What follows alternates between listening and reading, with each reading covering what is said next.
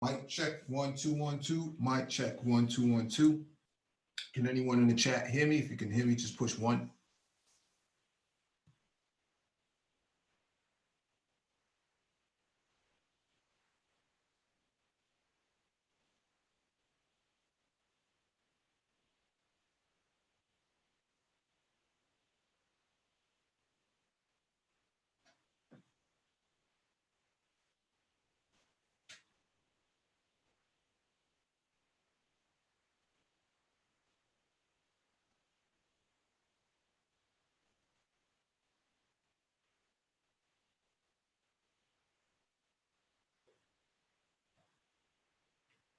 All right, got a confirmation.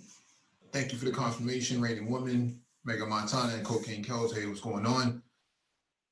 Welcome back to the Black Brain Trust. This is episode 384, Black Blockchain Talk. Please hit the like button as you come in, share the video if possible, hit that notification bell so you get all the updates from the Black Brain Trust, including those posted on the community tab. There's a doc in the description beneath the video for you to follow along with. If you want to engage in the discussion, there will be a link in the chat for you to click on. When you click on the link, make sure you raise your hand while you're in the waiting room so that one of us can acknowledge you and advance you to the panel.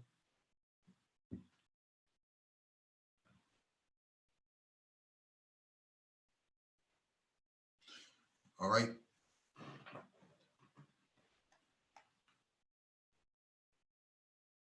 We're already kind of late, so let me get started anyways. Let me preface this actually. We started talking about blockchain last week, and it's from a high level standpoint. Basically, sorry, just give me one second. Actually, let me drop the link in the chat. That's what I'm looking to do.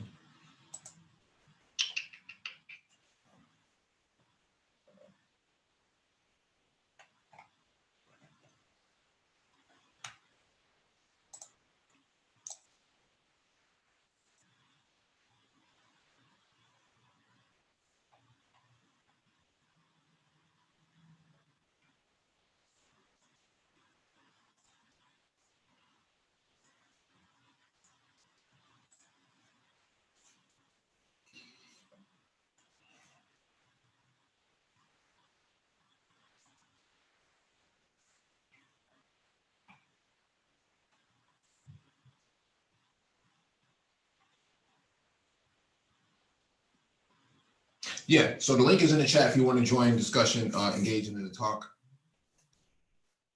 Just click on the link. Last week we talked about blockchain versus DLT, the differences between the two nomenclatures. And I wanted to follow up this week with smart contracts and artificial intelligence. So let me run through what it is that we're talking about currently, right? So smart contracts are predefined, a code that is predefined in a way to engage another party. So for example, on a blockchain or distributed ledger technology, DOT, you have smart contracts that are there to engage and act as an enabler for the blockchain itself or the DOT. And what that does is, if two parties have an agreement with each other or are looking to do business with each other from a business to business standpoint or a business to corporation or business to government standpoint, that smart contract is there to enable the blockchain to have some form of principles to engage on. So if a piece of land was up for auction, the person who on the opposite side of doing the bidding on the blockchain itself would send a bid in via smart contract, and that bid would go to the the host of the land who has their land placed on the blockchain itself or the DLT, and the smart contract would say, I'm only going to allow this land to be reclamated if it reaches this agreement of this many dollars and cents at this time, at this place. That's basically what a smart contract does. So it gives business logic to the blockchain. So it acts as an enabler. You can do a variety of things with smart contracts, but what happens when there has to be more further input involved? You need something to really drive that smart contract, and that's where artificial intelligence comes in. So what I wanted to do was actually have a discussion around that.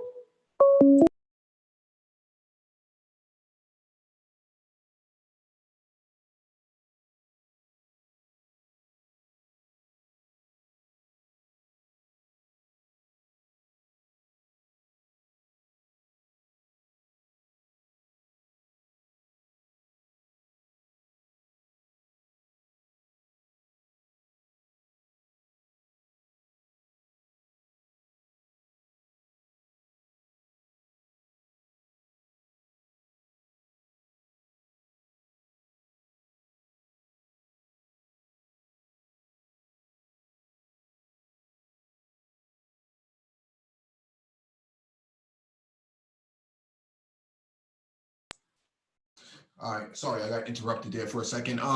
So basically that's what blockchain does. It adds business logic to the blockchain or the DLT itself. But when things become more complicated or more complex, then you need something that's going to drive that smart contract, and then we start getting into deep learning, artificial intelligence. So let me just run through the docket.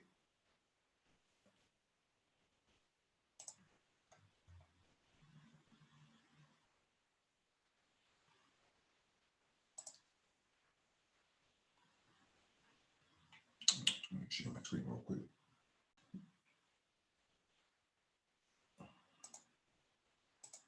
Actually, that's not what I'm looking for. All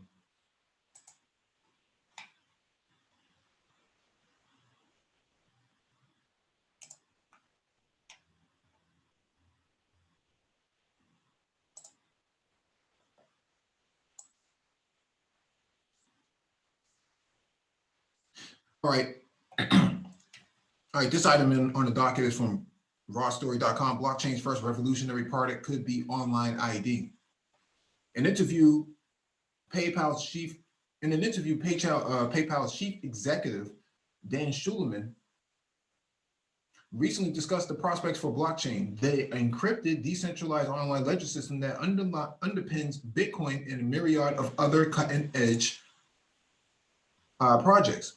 While talking about blockchain's potential for improving how people make payments around the world, Schulman said, "We think there's a lot of promise to blockchain technology, but it really needs to do something that the traditional rails of international payment systems can't do. Most people think that blockchain is about efficiency, but the system today is pretty efficient. There are middlemen sometimes in between, but the rails of it are pretty efficient. So we think a lot of the neat stuff that can happen on blockchain is around identity, for example." Schulman was referencing a debate around the payments that has been going for a few years. Without getting too technical, the main benefits of blockchain payments are that they are not controlled by middlemen. So there are no fees to pay, and transactions can't be hacked and charged once they are on the ledger. But at the same time, they are not as quick at processing transactions as a traditional system, which, as Schulman argues, is fast enough in any case. Regulation is also a major issue. People on either end of the blockchain payment are completely anonymous. This presents major issues for everything from money laundering to being able to reclaim payments if you accidentally credit the wrong address. In short, what is all this?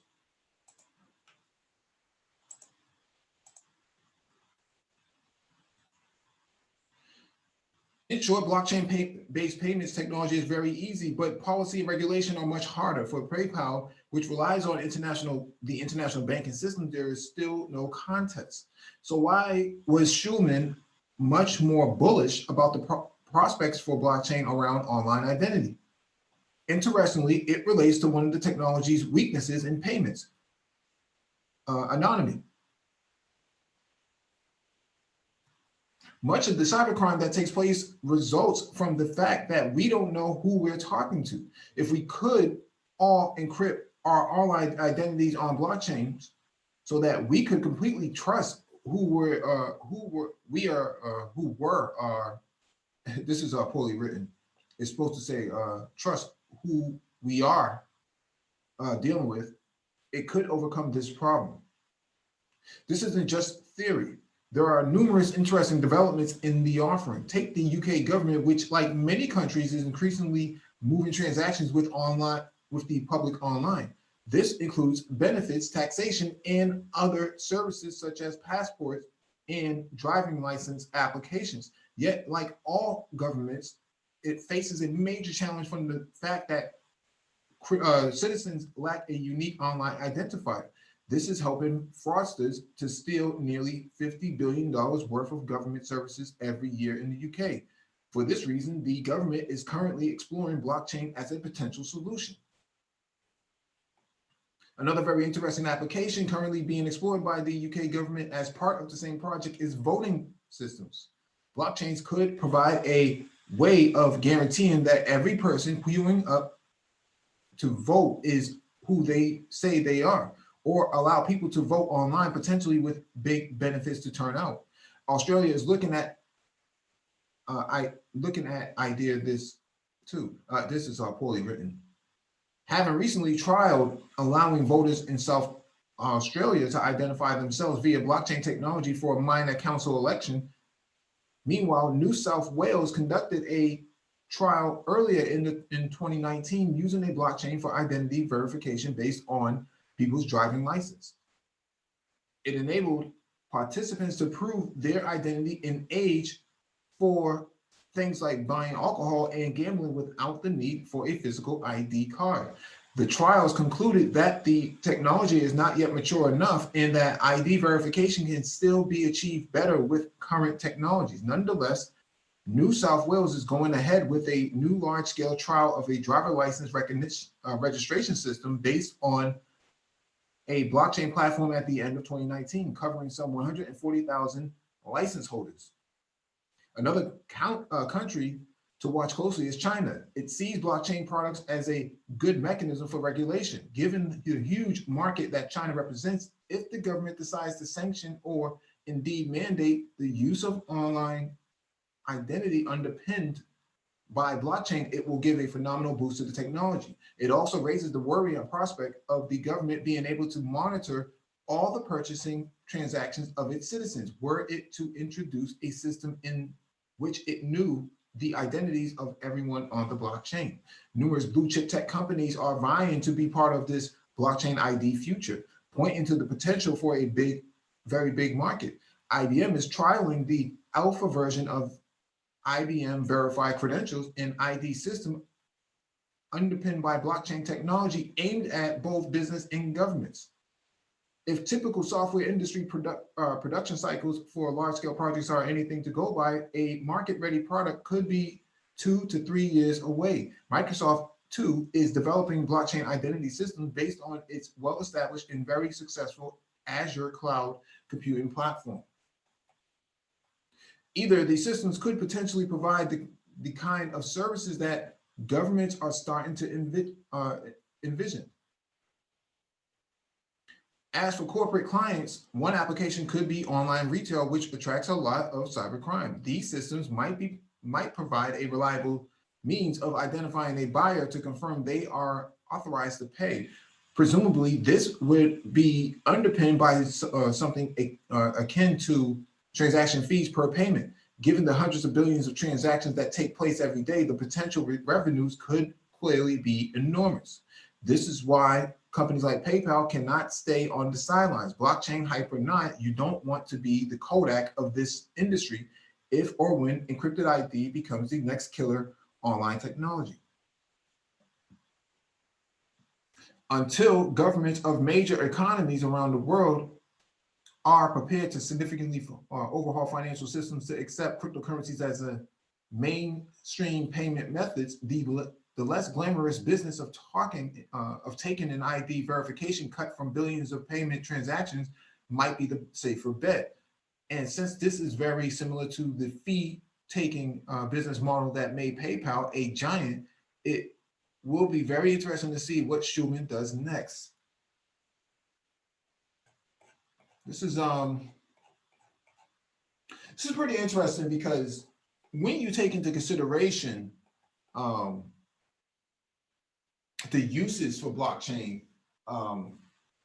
online ID makes a lot of sense, but what happens in the intricate details behind this is that from a technical standpoint, blockchain needs to be able to scale at pace, right? So like the article mentioned, billions of transactions per day.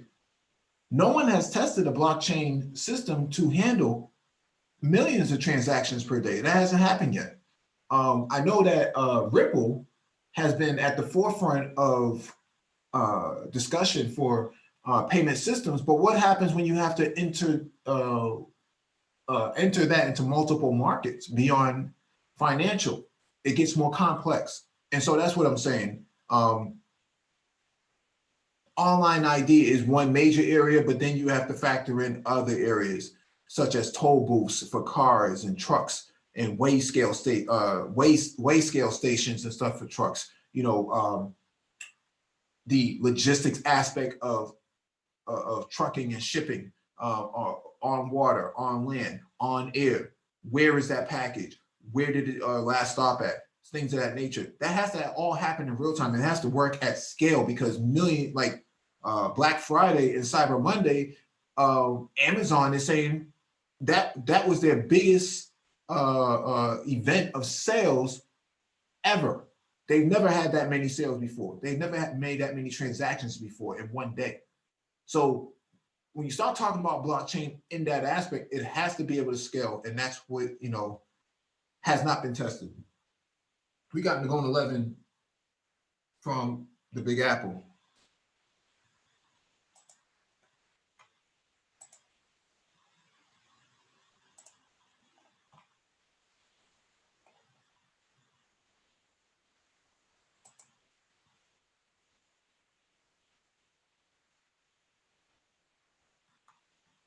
All right, I guess Nagon 11 is away.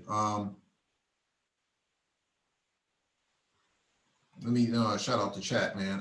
Mega Montana, what's going on? Cocaine Cows, hey, what's going on? Barrel Born, what's up? Raining Woman, good evening to you. Thai City, what it do? And Topaz, how are you doing? Welcome to the channel.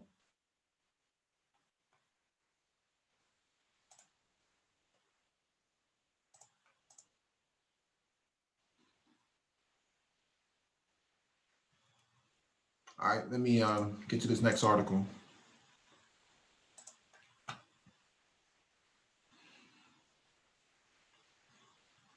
All right, this one is from Forbes.com. How Walmart and others are riding a blockchain wave to supply chain paradise. We were just talking about this a few seconds ago. Blockchain technology as a potential solution has been applied to all of the large ecosystems that have issues with real-time data access, partners, privacy, traceability, and auditability.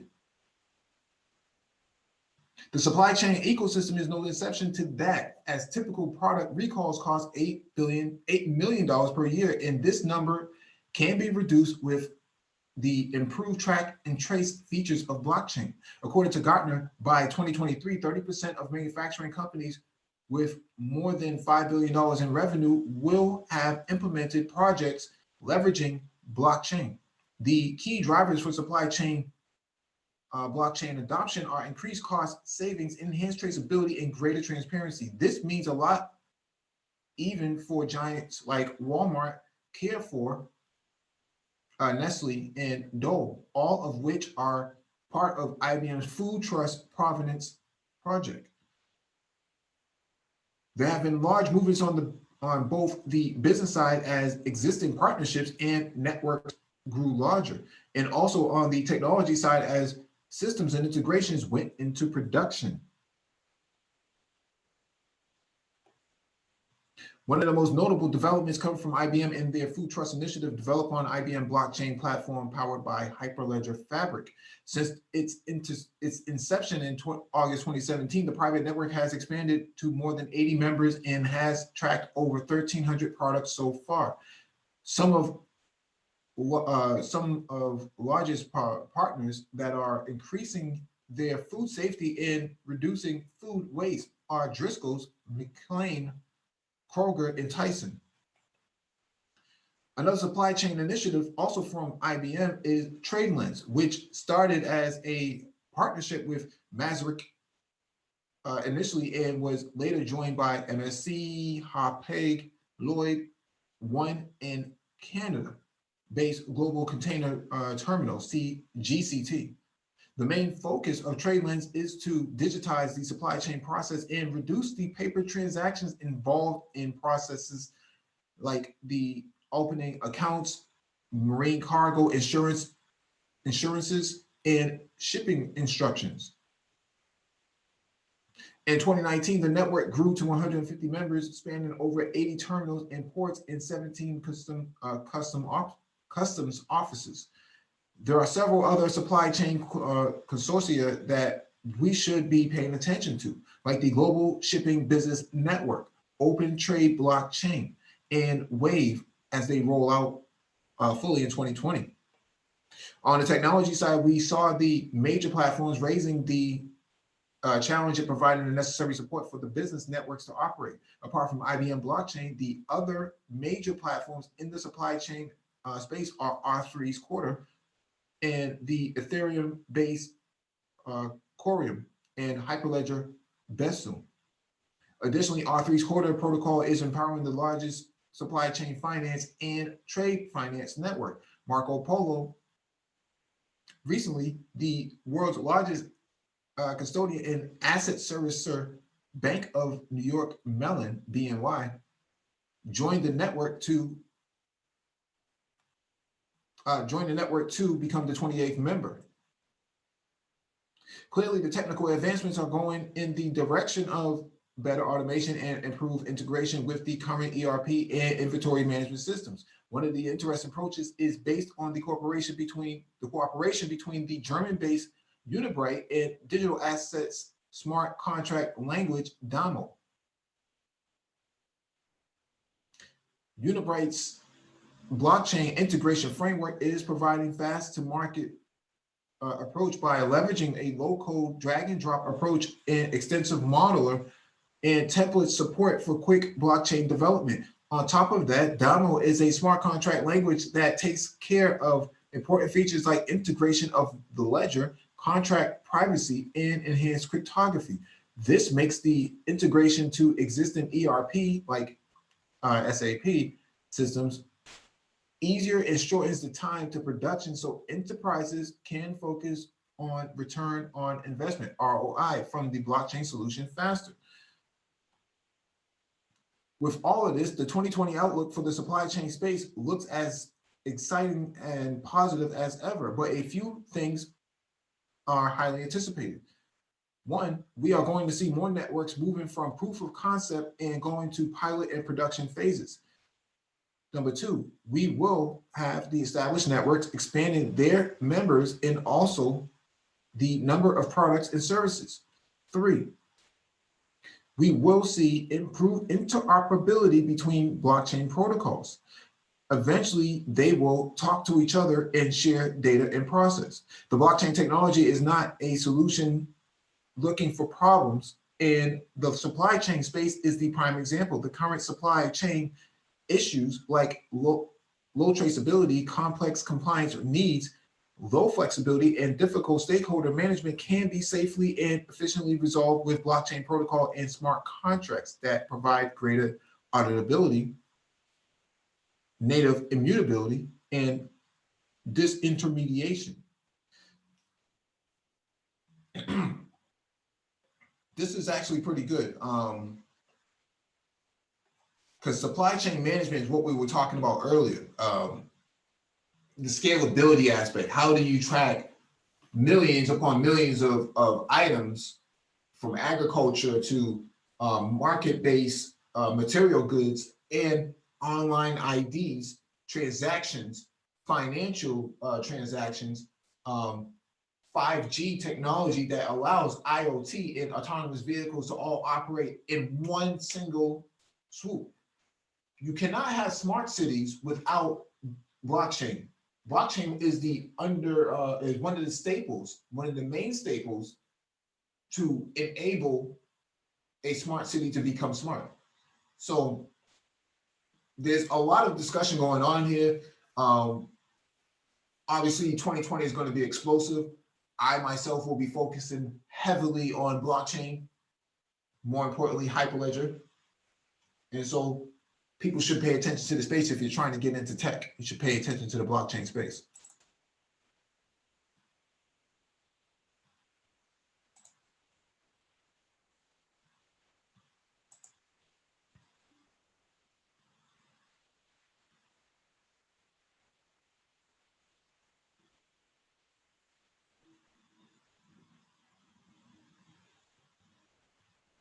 All right. We got 20 people up in the chat. That's cool. Thank you for the likes as well. We are the likes match the viewership, so we can now finally go into. What's going on, man? Hey, what's going on, dude? What's happening? I'm chilling, man. Chilling. Looks like blockchain is going to be counted on for a lot, and, and we definitely see that this technology is going to grow and grow and grow and grow. And I think this is going to be enterprise wide. 20 years from now, it's going to be like blockchain was always here. Mm-hmm. Yeah, I just think that we're not really, Black people collectively are not really at the forefront of driving technology. And this is the perfect time to actually get into it. Like the article is saying, 2020 is going to be explosive for blockchain development. So, there's a lot of unfilled blockchain roles happening right now. Blockchain is one piece of technology, but there's going to be variations. Absolutely. In roles in just the technology itself. You're going to need an analyst. You're going to need an administrator. You're going to need a enterprise architect. You're going to need developers. You're going to need network specialists who can understand the configurations for interoperability between different blockchains and within the organization and outside the organization. You're going to need and you're going to need like sales engineers and so forth that are going to be playing a role in that with other companies to buy into their blockchain and and see how it would work for them, because each is going to be a little bit separate. So you're going to have some sales pressure involved as well. People are going to have to be involved in that level. I know a lot of folks are not thinking about that, but yeah, that's going to be a big part of it as well. Yeah. So there's a lot's going to come out for that. Customer success managers and customer success engineers. So good things are going to come out of this. Let me drop the link again because I think a couple of people may want to get on here. I also want to say, we are moving more towards a more technical society. Those who are going to be outside, well, maybe you could count on some UBI for a while. But for those who really get in more on this technical side of the fence, there's going to be a lot of great opportunities. Yeah. But for quite some time, that's not going anywhere anytime soon. It's going to be a gig economy. Either you can produce for yourself or you're going to be relying on UBI. And you're at the mercy of said government. Not that it's a bad thing, but it's a matter of who's producing and who's not. And I think that becomes a critical and pivotal role after 2025 when jobs start to disappear because of automation, because of gig economy. I would say, and I would go out on a limb and say that Black women have been on the forefront of the gig economy through being a beautician, doing hair, braiding hair, things like that. They've been on the forefront of the gig economy for a while, but not from a technical standpoint. Yeah, they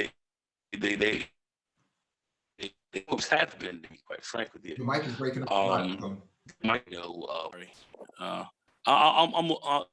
Can you hear me better right now? I can hear you better now. Yeah, like my grandmother, she was involved. She had a hair salon and did a lot of that and got into real estate after that. But yeah, that's how a lot of people made it. That's how a lot of people did it. So that's always been a big part of our background history. So it's going to be there if they can transition over from from what I call the plantation, because you got the state jobs and all of that sit there, and it's what kind of Black women sit back and eat a lot off the state. I'm sorry, or off the state and the city. If you can get off of that plantation and free yourselves up, this technical game can play a big role in that as well. So this is just not for brothers, because I really think that brothers need to be into this madly, in a mad way. But certainly Black women as well, they should have their eyes open too on this. So this is something that really all of us in the community can benefit from. Now, being a blockchain developer and so forth, it's going to be a bit more difficult, because you're going to have a pretty robust skill set for that. It's going to take a while to get butter laid, but it's certainly there. But at all different levels in this game, from the more junior level to the senior level, it's going to be a lot of opportunity. So, the plantation, the state, the federal government, the state, and so forth, it tends to feed a lot of us, especially Black women. And you're really a kind of a puppet of that. You gotta be played that way. That's I guess that's granddaddy or whatever. That's your Uncle Sam, taking care of you. But I don't know how well you're gonna do off of that. It's another question. So this gig economy, but certainly getting into this tech, is a totally different way to move that I think is going to free a lot of people up. Go ahead, Mike. Yeah, I just want to give a shout out to Engineering Cannabis and the Profit of Thought series, Peace TPOT. Thank you for stopping by. Yeah, so you're right about that, man. I think what's happening here is that a lot of Black male labor has to be transitioned into a digital society. We have to stop thinking about being factory operations and heavy lifting, to how fast can you type?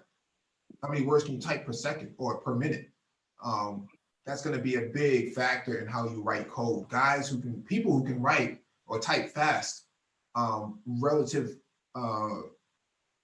is relative to code development. When you write code, the ability to just go from the top of your head and really just put out 60 words a minute.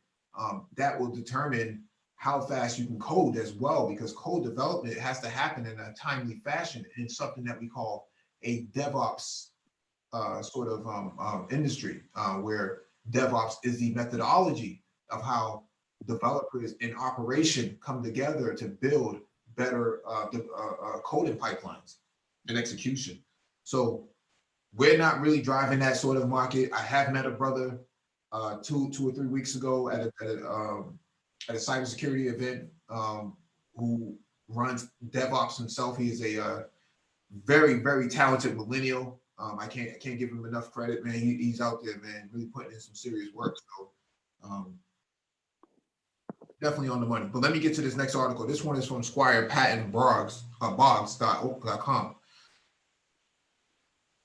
This is from last year, but I want to put emphasis behind it because it touches on what we're trying to get into tonight. Currently, smart contracts are gaining prominence because of the emergence of blockchain technology and the popularity of cryptocurrency. In particular, there is more acceptance of the verification of transactions on a public or private blockchain.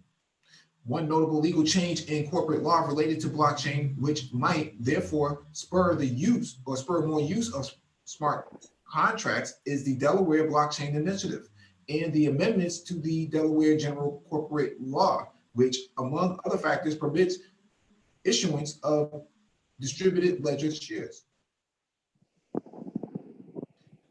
In an article for the April 2018 issue of Thomson Reuters FinTech Law Report, partner Hugh when and a global director of research services concluded that in order to prepare ourselves for the adoption of smart contracts, particularly artificial intelligence empowered ones, lawyers must keep abreast of the current technology and understand its limitations. Clients may ask their lawyers to work with their programmers to translate a smart contract into code that may very well execute on the blockchain for a long time to come.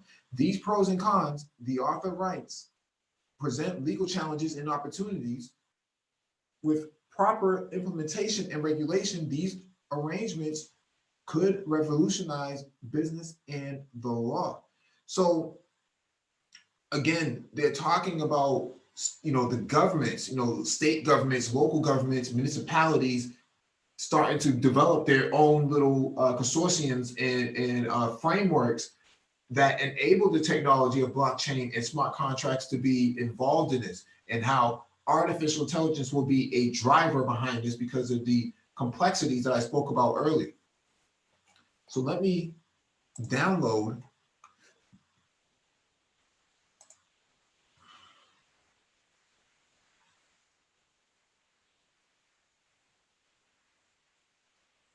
this PDF. It's 7 pages. I think this is going to take me about a half hour. So give me, yeah, this is 19 pages. This is actually going to be interesting. Let me see if anybody's trying to get on first. No. Hostile Debt, what's going on, bro? All right, this is the PDF, and I'll probably drop this in the, well, I don't have to drop it in the chat. It'll be in the link in the description beneath the video.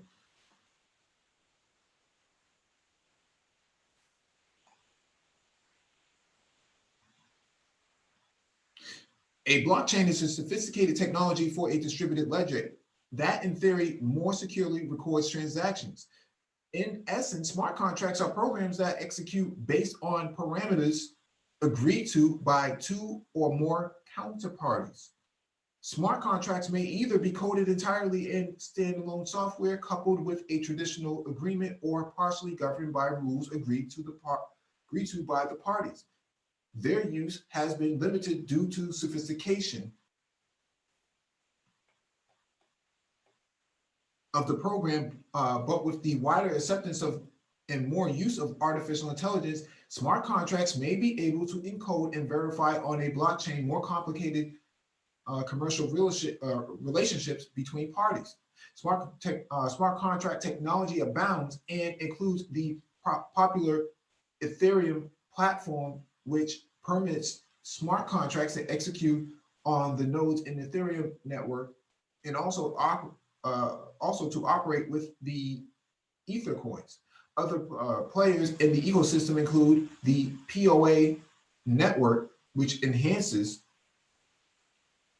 the Ethereum technology, Ether Party, a smart contract creation system, and the Agrello Foundation, which aims to provide legally binding smart contracts powered by artificial intelligence. Smart contracts have been used or are proposed to be used in various industries. For example, to automate sharing payments and rentals, to provide flight insurance in the insurance industry, for bills of lading in the energy industry, and for selling real estate. I talked about that earlier, real estate being one of the go-to factors for smart contracts and blockchain.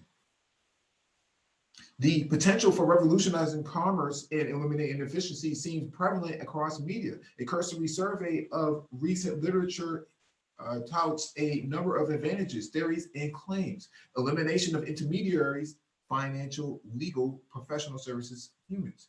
Reduction of paperwork, cost of reduction, security and speed, distributed verification and accuracy, traceable and scalable. Equally prevalent on is discussion of fears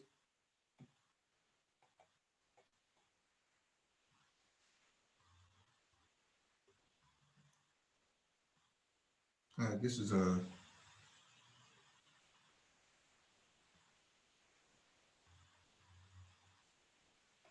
Discussion of fears and doubts. Concerns include questionable legal status, obfuscated structure to the parties, known only to coders, difficult implementation, hackable, inflexible.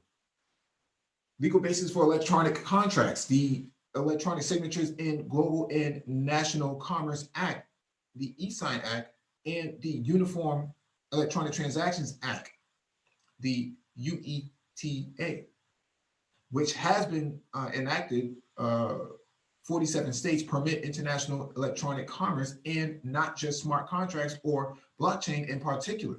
The measures form the basis for the enforceability of smart contracts enabled by artificial intelligence, as the Federal Trade Commission, FTC, succinctly stated. So what they're talking about here is the integration of the technology does provide some advantages, but then it also provides some disadvantages, such as hackability, the ability for bad guys to come in, threat actors to come in and manipulate code so that the code actually works for them.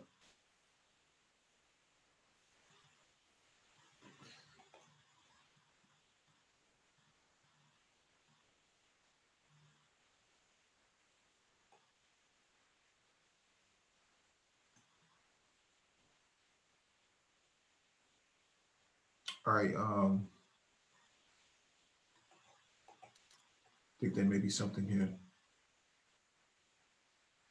Oh, I see. They're truncating. Yeah, they're truncating it because it's not paid for. Okay. Let me start from here. Automated transaction means a transaction conducted or performed in whole or in part by electronic means or electronic records, in which the acts or records of one or both parties are not reviewed by an individual in the ordinary course in forming a contract, performing under an existing contract, or fulfilling an obligation required by the transaction. Electronic agent means a computer program or an electronic or other automated means used independently to initiate an action or respond to electronic records or performances in whole or part without review or action by an individual. So this is the automation piece of a transaction with a smart contract. So this is how they would actually do business with each other. The business logic of the smart contract is enabling the other party to have operations, or the enabling of the smart contract allows for business continuity through business logic.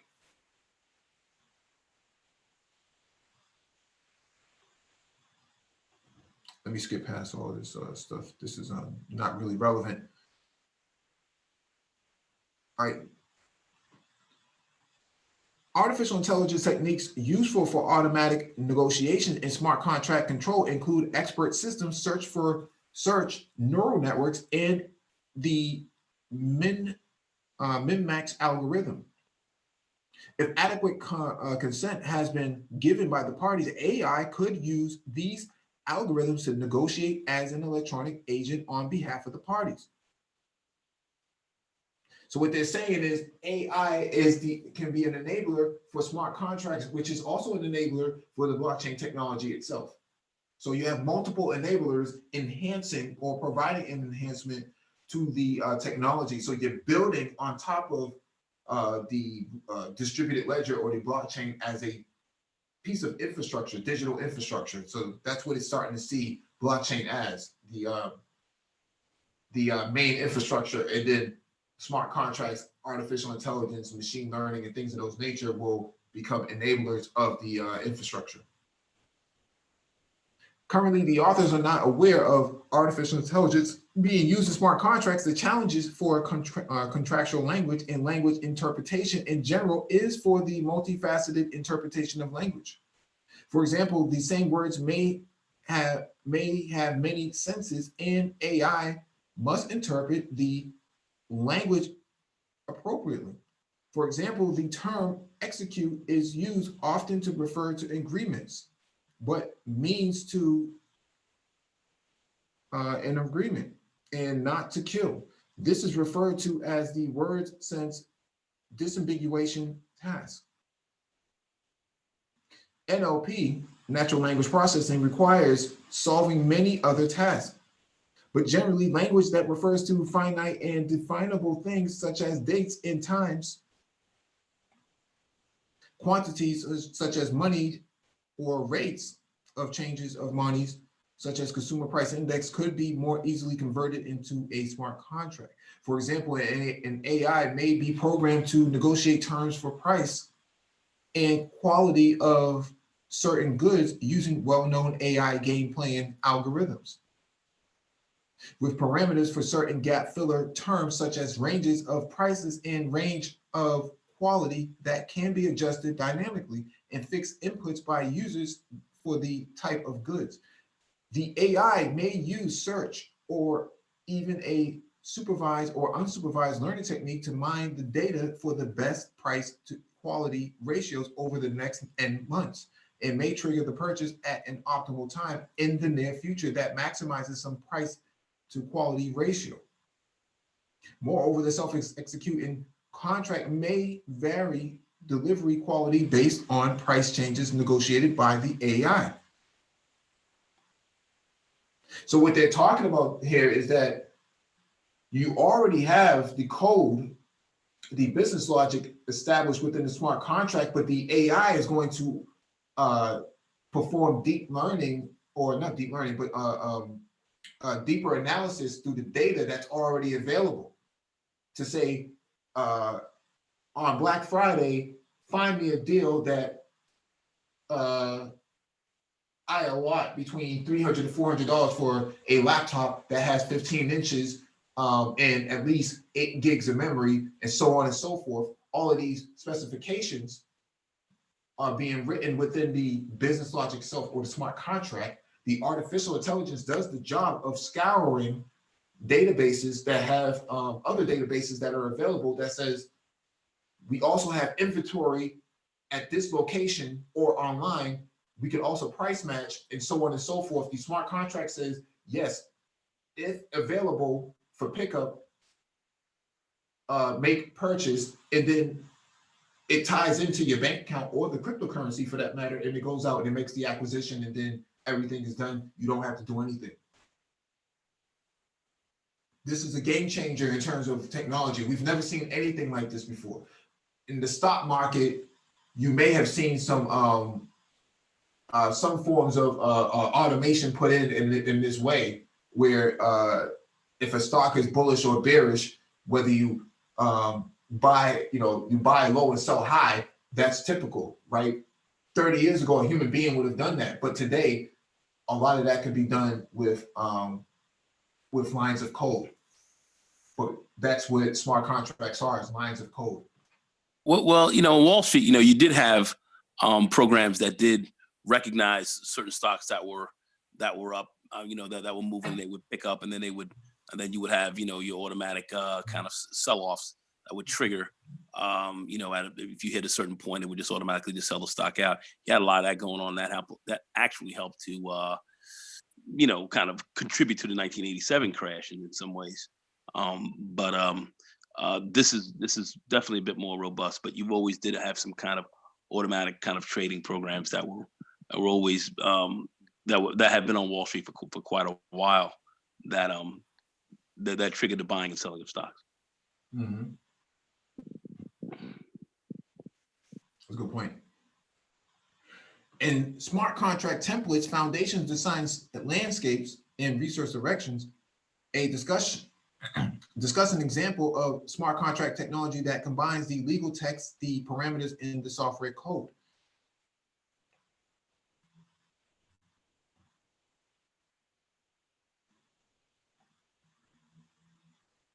An AI researcher presents Ricardian contract triple of prose, parameters, and code. The legal prose is linked via parameters to the smart contract code that provides automation. For example, a software agent might have been developed that will instantiate on a shared ledger, and once initiated, will proceed to undertake various transfers of value in accordance with the legal pros. The parameters are a succinct way to inform the code of the final operational details. The code in the case would be suitable for a specific platform, but we can imagine in the future that multiple platforms could be targeted with from a single contract. So what they're talking about is they're just referring back to what I was saying earlier about the enablers of the blockchain, the smart contract, the artificial intelligence doing their job without any human interaction. This is the only example of how a smart contract may be constructed. However, artificial intelligence researchers, especially in the natural language processing area, have been making great strides in automatic contract analysis and automatic contract drafting. It is conceivable that AI could be used to create at least partially the self-executing code and parameterization based on parsing a traditional human contract in order to generate the smart contract. Techniques useful for such processing could include shallow semantic processing, name entity recognition, word sense disambiguation, and the like. So they're referring back to what I was just saying about having your smart contract and artificial intelligence work in tandem to look for things on Black Friday or Cyber Monday that refer to a laptop that is 15 inches, has 8 gigs of memory, has X amount of processing power, and it can ignore the brand, or it can include a brand and say, find it at this nearest location, and if available, purchase at given location, or pre-order on Black Friday or Cyber Monday, so on and so forth, and have it shipped to me at my job and not my house because I want it immediately, right? If I'm at work, right? So that sort of instant gratification is what it's trying to create.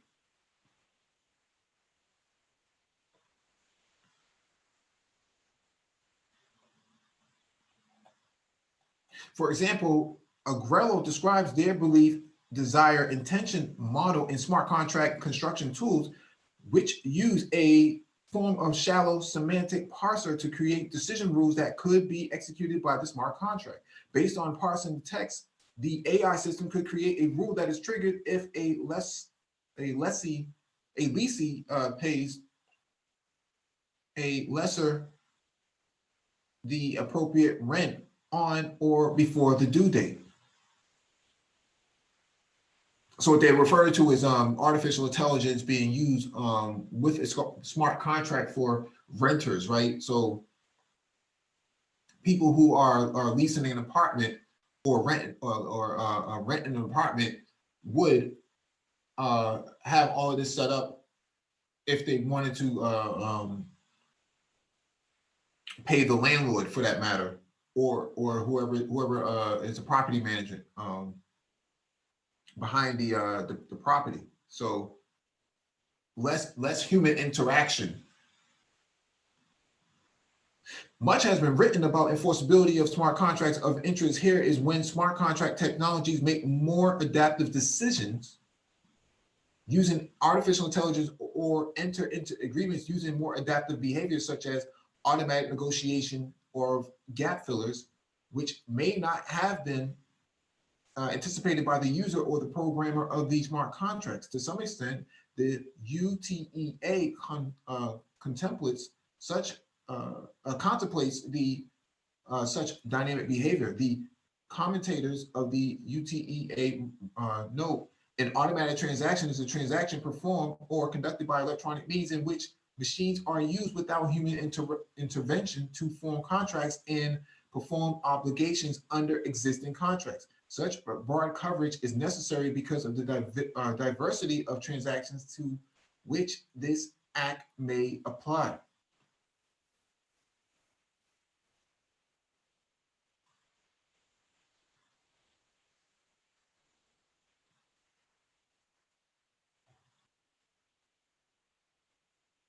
as a practice to the extent of jurisdiction or court may find that certain terms may not as a matter of law be capable of agreement via an electronic agent or AI, which adapts to circumstances and does not act using exact inputs.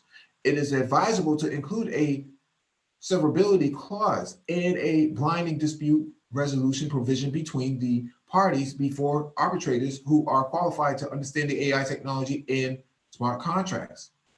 Courts have routinely upheld severability clauses, and this is known legal territory. The Federal Arbitration Act and the New York Convention is well known to permit international enforcement, and these legal tools should be used in smart contracts enabled by artificial intelligence. To prevent a user from arguing that there is no proper offer to or acceptance because terms were either not agreed to by the user themselves or were indefinite, a smart contract platform should disclose how an AI-powered smart contract may behave and warn that AI's behavior may be unexpected. Because, for example, it may balance price and quality, for example, and the quality of the purchased item may vary.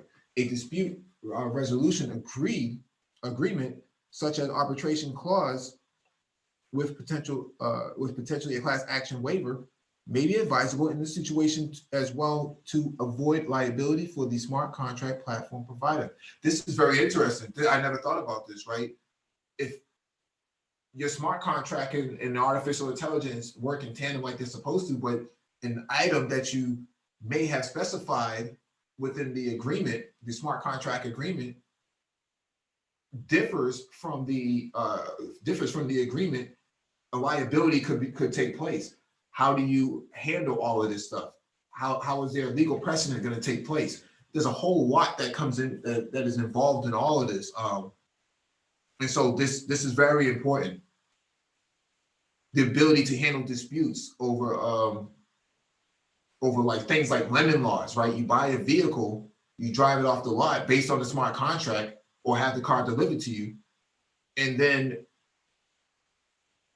the car or the vehicle has some form of flaw to it, whether it's some kind of bad emissions, check engine lights, Bridgestone tires, like Ford.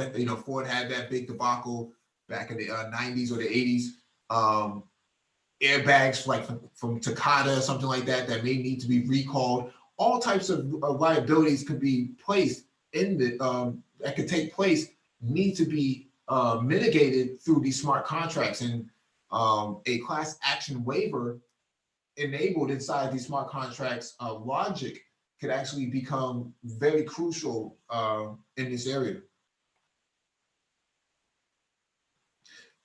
Conclusion: to prepare ourselves for the adoption of smart contracts in general and AI-empowered smart contracts in particular, the smart lawyer must keep abreast of this current technology and understand its limitations. Clients may ask the lawyer to work with several client programmers to translate a smart contract into code that may very well execute on the blockchain for a long time to come.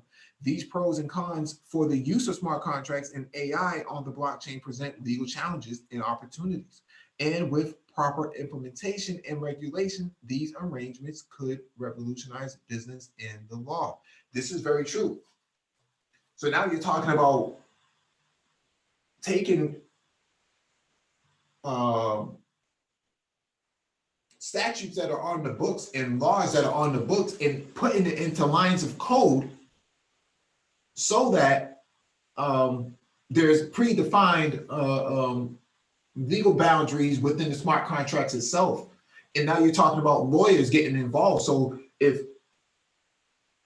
a lemon law is enacted based on the purchase, and not just to cars, but to electronics and things of that nature, a laptop battery or a cell phone battery explodes on you, what is the liability around that? And how does that, how do smart contracts and the parameters come into play here on the blockchain. What does that mean for lawyers? Now we're talking about digital attorneys. This is unprecedented. We have never heard anything like this before through artificial intelligence and the blockchain itself, because it's immutable and because of the scalability factor of it. We've never had this sort of really deep discussion about smart contracts and its ability. I mean, this PDF is having this discussion now, and it's a great PDF. And I think some of you guys who are into blockchain should actually read through it, because it has a lot of endnotes at the end that you see right here. The Delaware Office of the Governor, they have their own sort of framework for the legalization or the legal parameters of blockchain. 4 ways blockchain will transform the insurance industry.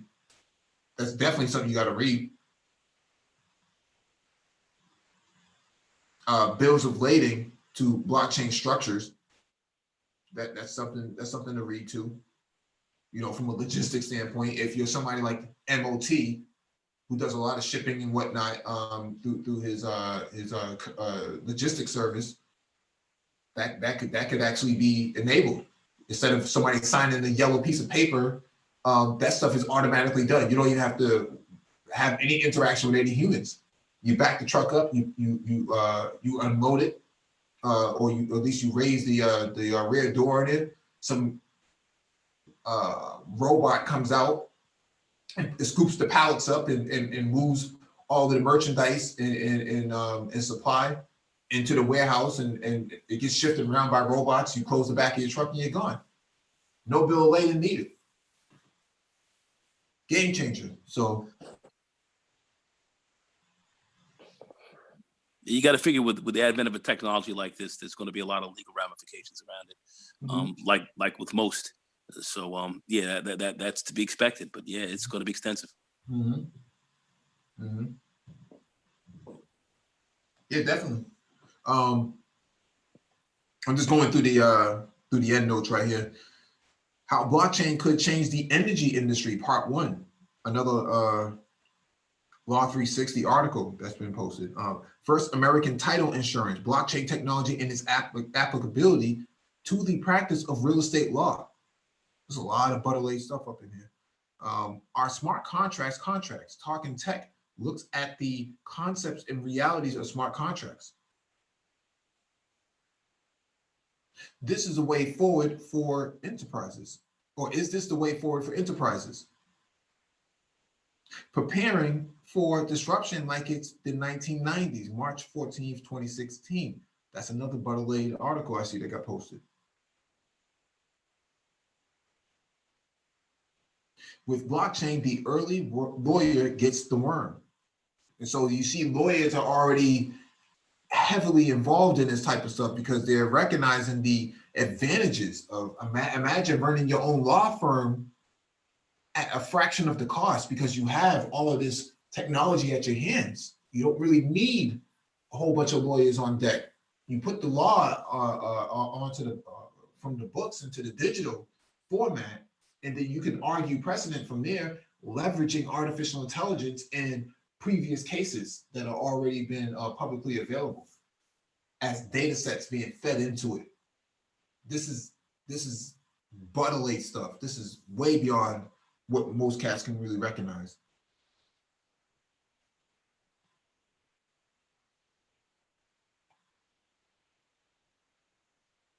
NYDFS, cybersecurity regulations 1 year later. That's interesting.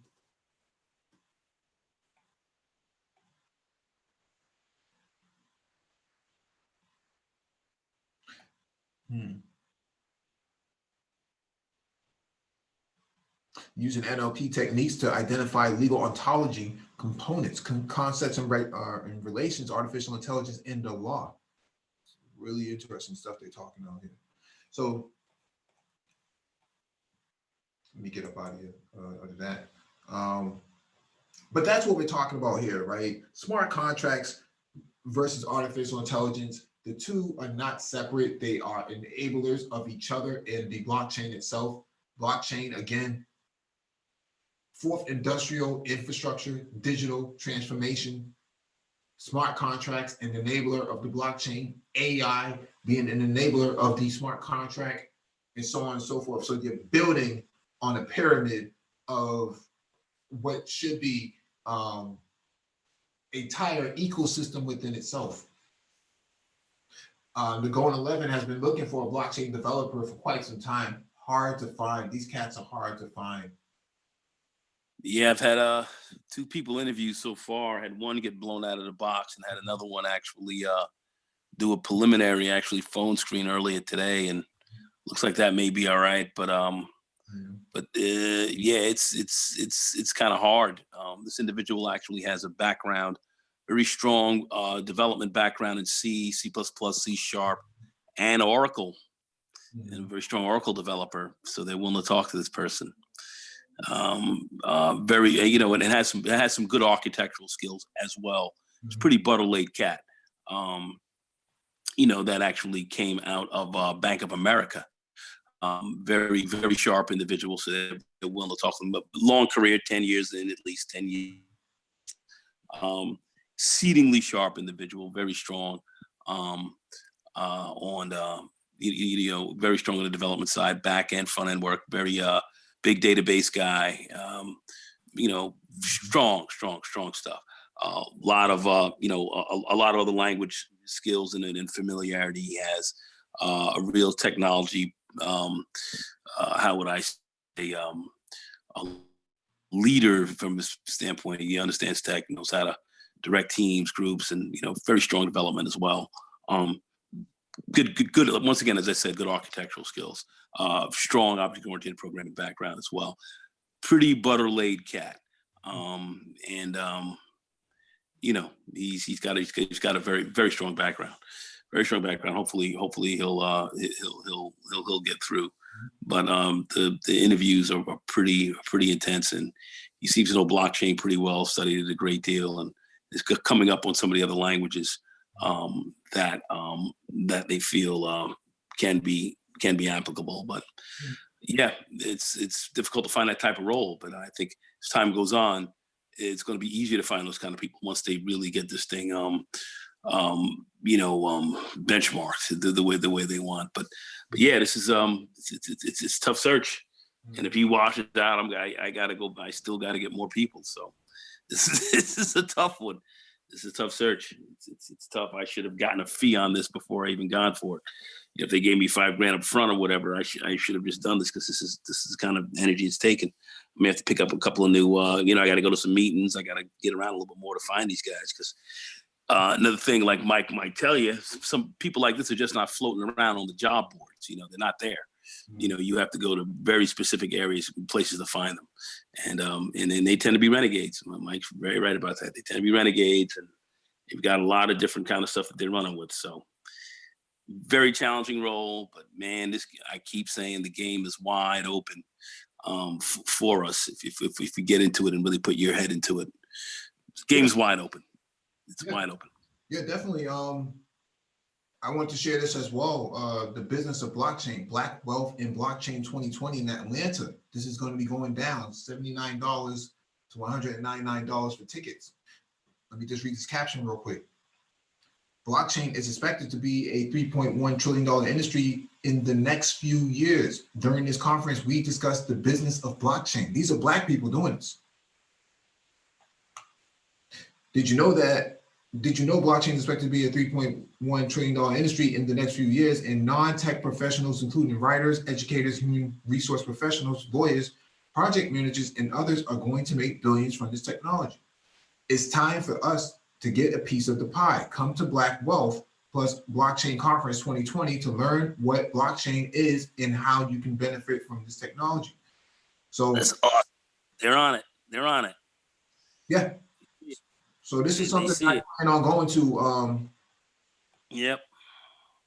I will be attending this, man. This is let me drop this in the chat for you all, because I think everybody in Atlanta or the Georgia area might very well be interested in this.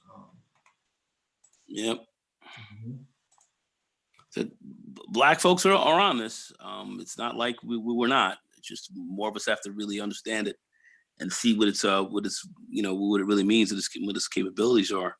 You know, there are some Black people who are definitely sharp, who are on this big time. You know, if we spent less time talking about other things, man, and talking about, you know, a $3.1 trillion industry that we can be a part of, man, we'd be doing some real butter stuff, man. So we dropped this link in the chat.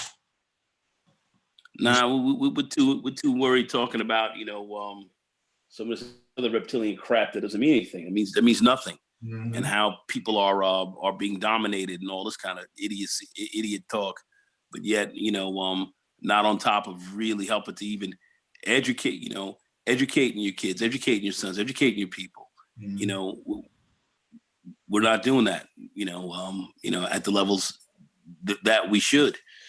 Some are definitely doing it. Some are picking up on it, but we need a lot more of it. And a lot of this talk we hear, just, you know, this babble going around in you know, in these various spheres on YouTube are I understand it's money, but it's a large waste of time.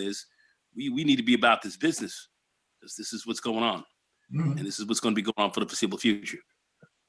Yeah, there's also a blockchain event happening in New York with Capital One. Let me drop the link for that as well. Yeah, right.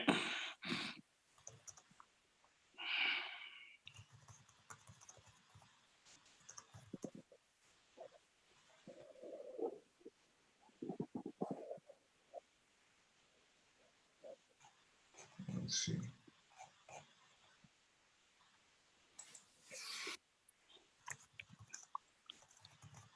See, an event like this, I'll be trying to recruit out of there. We'll be walking around, passing our car, trying to recruit, see who's got development skills. If I can't get this thing done, we recruit. I'll use as recruiting opportunities, because you'll have some pretty people that'll be at these kind of events.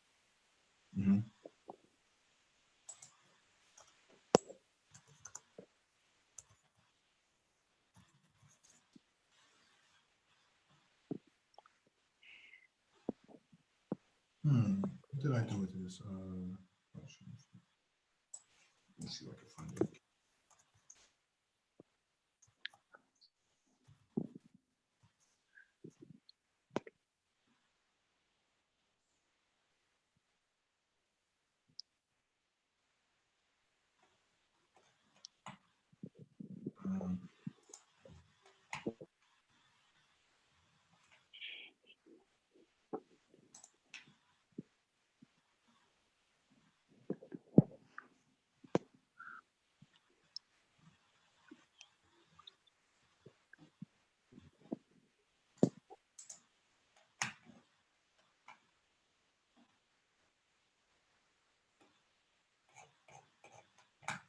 Let me see this Credit Suisse.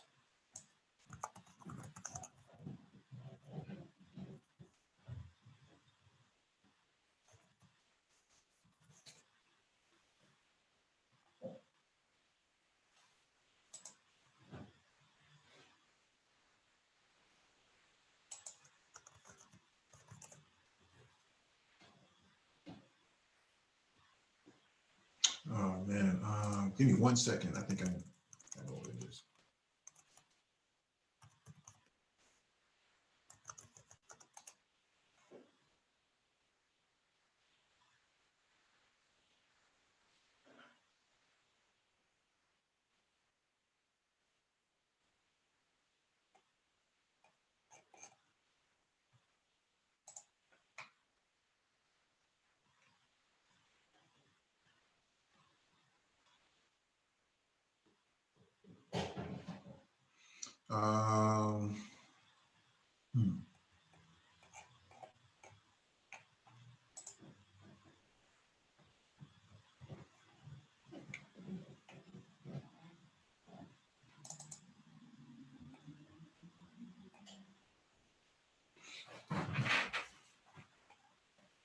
Anyways, let me share my screen for this one instead. All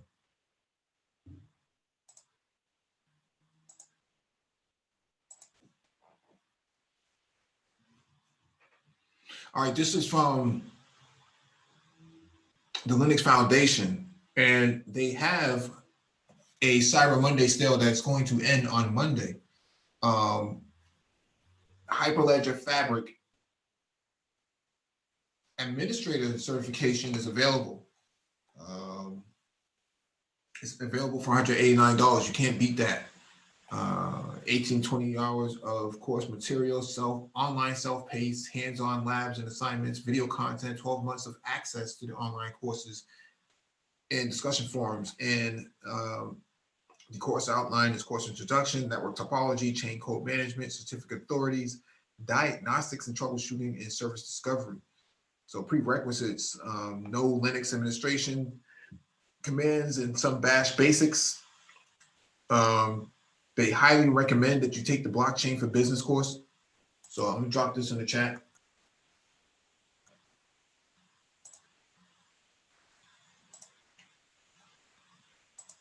I think that is very relevant.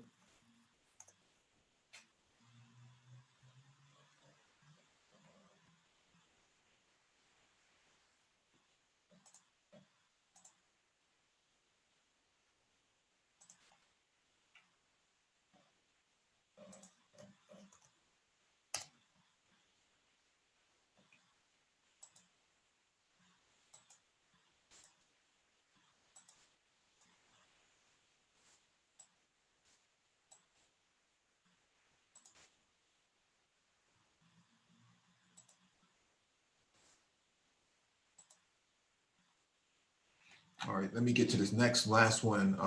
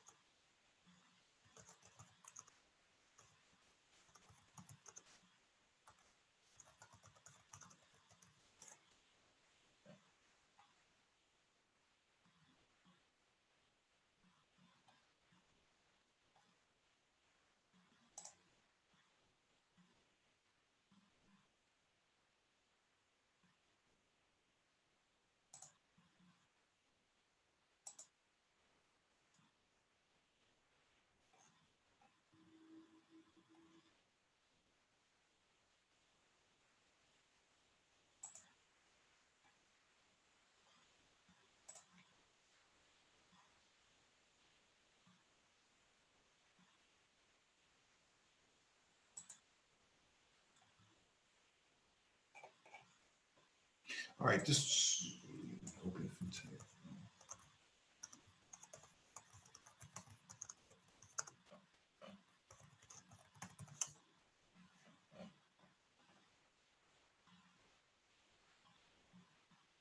Okay, I got it.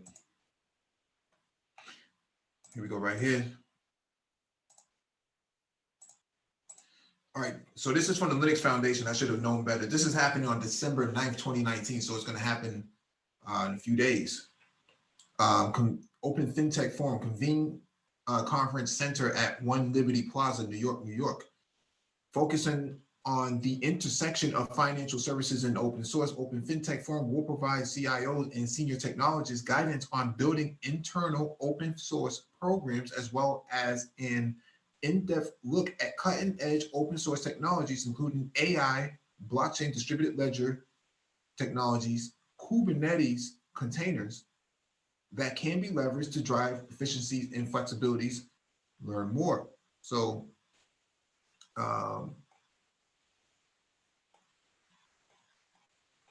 everybody's going to be there. All the sponsors are going to be there. IBM, Sysdig, Hyperledger. We just talked about that. Oracle is going to be there. GitLab. So let me go to the program schedule. Just go over this real quick.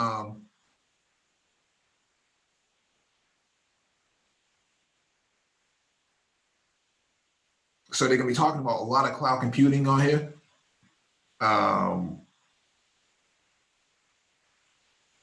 Kubernetes is a part of cloud computing. So for those who don't know what Kubernetes is orchestrated containers. The keynote at 10:20 a.m. will be blockchain balance, exploring the evolving roles of permission, public and hybrid networks in financial markets. So They're going to be talking about some Butter stuff there. Blockchain platform for a billion customers, a telecom case study.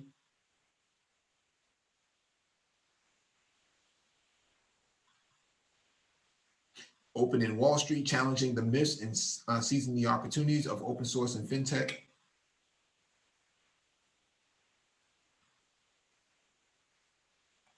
That's a lot of stuff going on in the morning, man.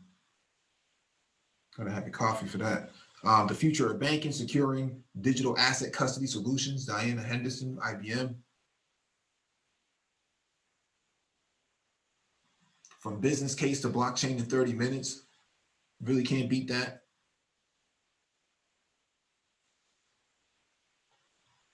Beyond blockchain's proof of work. When blockchain meets supply chain, we just got finished covering that in the first article tonight.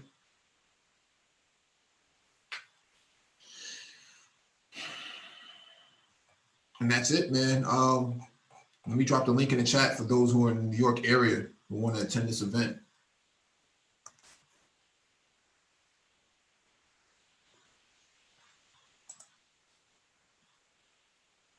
If I was in New York, I'd be there.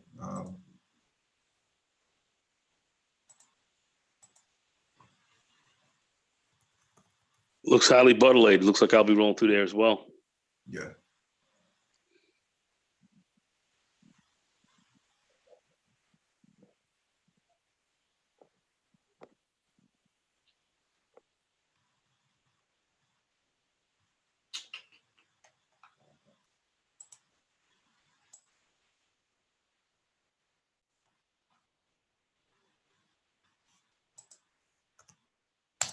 All right, that's the last one I can give you. So make sure if you don't attend that New York one, you gotta attend that blockchain event in Atlanta. That's gonna be popping.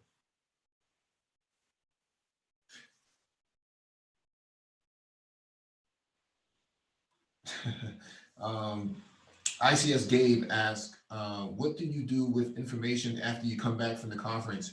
Well, you leverage that information to upskill yourself. A lot of the times when I go to these events, I kind of take things that I know can apply to my everyday operations and work. And then I also look at, okay, what's the trajectory of these topics, right? This information that's being presented. Had I not gone to these events, I wouldn't know that you can actually leverage containers for blockchain development. I wouldn't have known you can actually leverage cloud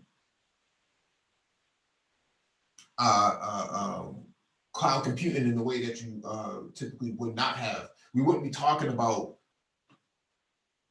digital attorneys, applying business business logic to legal precedents, all in one sort of smart contract and artificial intelligence and deep learning, natural learning processing, and how you're going to leverage the cloud computing.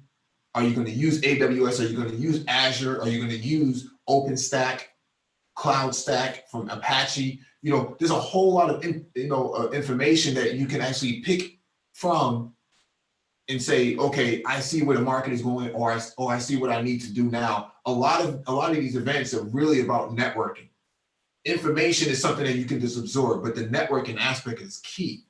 Handshakes, FaceTime, talking to people, getting involved in potential projects that may be going on. You wouldn't know if you didn't go to these events.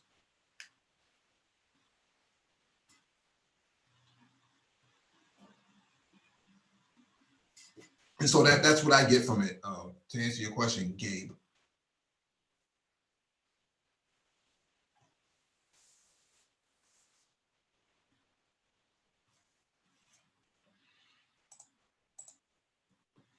All right, I think we're pretty much done tonight. We've reached the 90-minute mark. Thank you all for, Jay Charles says, I think it's about comprehending how to monetize blockchain. Yeah, it's about fintech. financial technology. That's where the market is going. If you're not really familiar with the industry, that's actually a good primer.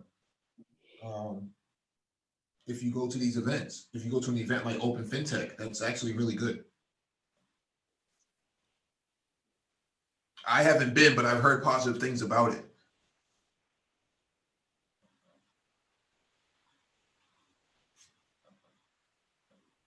All right, thank you all for joining us, man. Please hit the like button if you have not already done so. Share the video if possible. Hit that notification bell so you get all the updates from the Black Brain Trust, including those posted on the community tab. There's a docket description beneath the video for you to follow along with. I do strongly encourage you to read the PDF that was presented tonight. There's a lot of information in it. We scoured it for what it was, but there's also quite a few links in the footnotes. So I would definitely check that out. Peace. Yes. And also make sure you all attend one of those events, either the Open FinTech in New York or the Black Blockchain event down in Atlanta.